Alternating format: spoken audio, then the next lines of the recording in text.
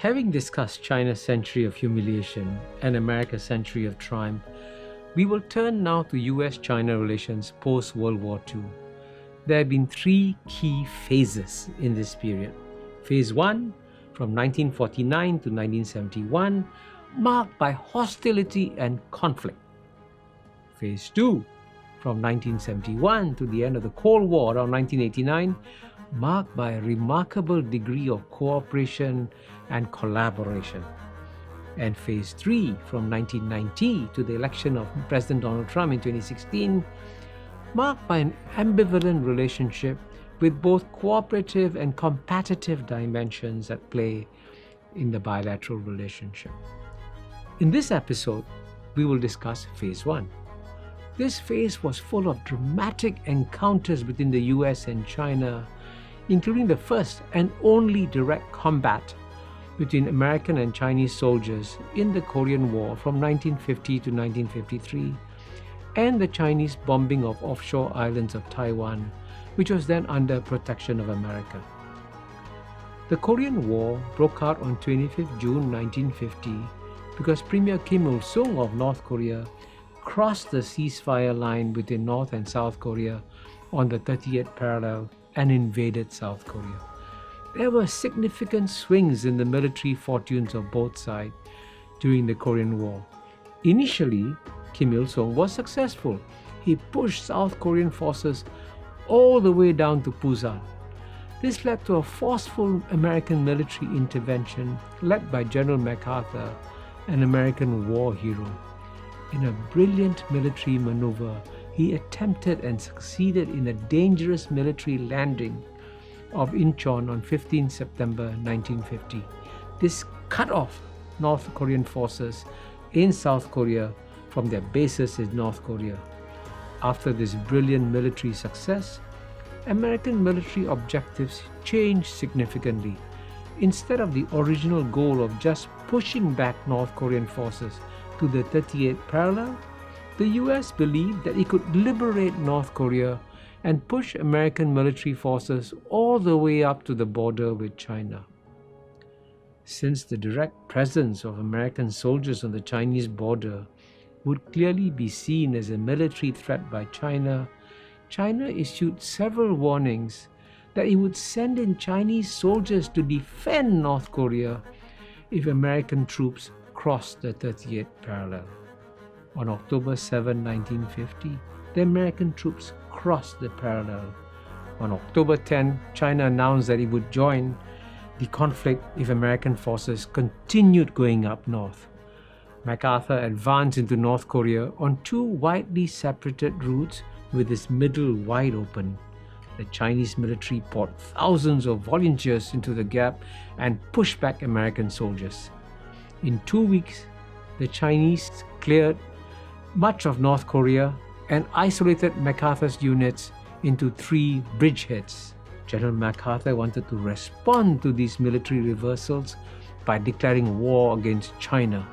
Since he was a popular military hero, his voice could have prevailed. But President Truman was a wiser man. He saw the danger of an outright war between US and China. Somewhat bravely, he sacked MacArthur on April 11, 1951.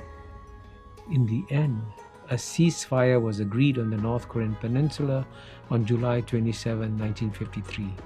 The danger of an all-out war between America and China passed in the Korean peninsula. However, a new risk of war emerged in the Taiwan Straits. In the early 1950s, Chiang Kai-shek used the offshore islands as a launchpad for minor attacks on the Chinese mainland. Mao Zedong began shelling the offshore islands of Quemoy, Matsu, and Dachan in the Taiwan Straits from September 1954 onwards. Since the US Congress had approved a defense treaty, the Sino-American Mutual Defense Treaty, with Taiwan on March 3, 1955, these shellings could have led to a war. However, year 2, fortunately, war was avoided after Zhou Enlai indicated China's willingness to negotiate with the United States on reducing tensions in the Taiwan Straits in the Bandung Conference of April 1955. Gordon Chang, professor of American history at Stanford University, has postulated that Beijing decided to end the crisis due to indications that Washington was about to start a general war and Eisenhower was seriously considering the use of nuclear weapons against China. Chang further writes that Eisenhower's threats helped convince the Chinese communists that they needed nuclear weapons of their own. In January 1955, in the midst of the offshore crisis and under American pressures, Mao Zedong and other top communist leaders decided to launch China's nuclear program. All these events in Korea and Taiwan reveal deep hostilities that had emerged in the US-China relationship. Even though direct war was avoided between America and China, America proceeded with its policy of containing China. This policy of not recognizing the People's Republic of China also extended to an embargo on any trade with China. This embargo on trade had a significant impact.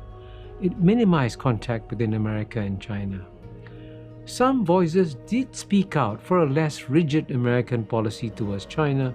For instance, John F. Kennedy wrote an article in 1957 critiquing US policy towards China as overly rigid and militaristic.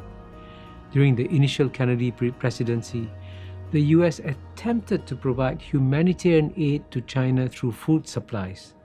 The Chinese government, however, rejected the offer of aid. In addition, the Kennedy administration continued to look into various strategies by which the already strained Sino-Soviet relationship could be further exacerbated and whether a decrease in US-China hostilities could aid in the deterioration of Sino-Soviet relations. Several events intervened to prevent any improvement in Sino-American relations. The Sino-Indian War in 1962, the Cuban Missile Crisis in 1962, and the growing US involvement in the Vietnam War. The US supported South Vietnam against North Vietnam as part of its policy of containment, as the US was afraid of China exporting communism into Southeast Asia through Indochina. Looking at all these negative developments and trends in the 1960s, it would have been reasonable and logical that the prolonged hostility and tension between America and China in the 1950s and 1960s would inevitably lead to another decade of hostility between Communist China and the leader of the free world, America. Instead, the opposite happened. In the next video, we will try to explore how the unexpected happened.